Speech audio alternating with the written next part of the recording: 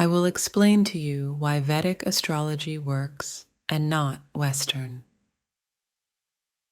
If you have the moon in Taurus when you were born, then you would be uncomfortable when the moon is in Leo as a full moon, and when the moon in Aquarius as a new moon, and when the moon in Scorpio as an opposition to Taurus. However, in the Western system, it would most likely state that your moon is in Gemini, and therefore you would be uncomfortable with moon in Virgo, Sagittarius, and Pisces. But let's look closely for the motives why. A Taurus would be uncomfortable with a Leo moon, especially when it's full, because it would represent a challenge in expressing one's creativity.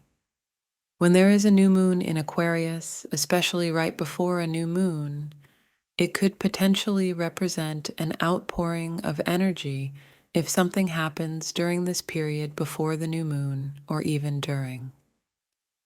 However, if the moon is in Gemini in Western, the motivations would be different.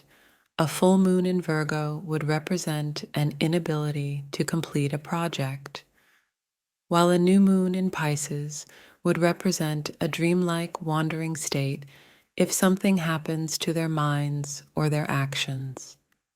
Because Geminis operate mentally and also, far more importantly, through action. For them to lose control can be debilitating. You have to understand the motivations of each zodiac sign to understand the difference between Vedic and Western. Taurus is motivated by security, both sun and moon. The moon represents the will of the sun, so someone with a Taurus moon won't show outwardly that they want security, but as an inner drive. Capricorn is motivated by the father.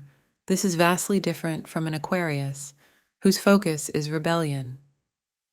However, our media can influence people who have moon in Capricorn to be Aquarian in doctrine, because the Capricorn energy always wants to usurp other people, very slowly and steadily. The news, if you listen to it regularly, will condition people to be angry about a specific political party or so forth. Hence the Aquarian energy, which is not the element water or air, but the element earth. Capricorn is a water-earth sign, connected to the earth, but its original animal was the sea goat. Because the sun is debilitated in Aquarius, someone with an Aquarius sun will be much weaker in the ego and will pursue different things. Capricorn is the previous incarnation of Aquarius, of discovering new things, so Capricorn represents emotional control.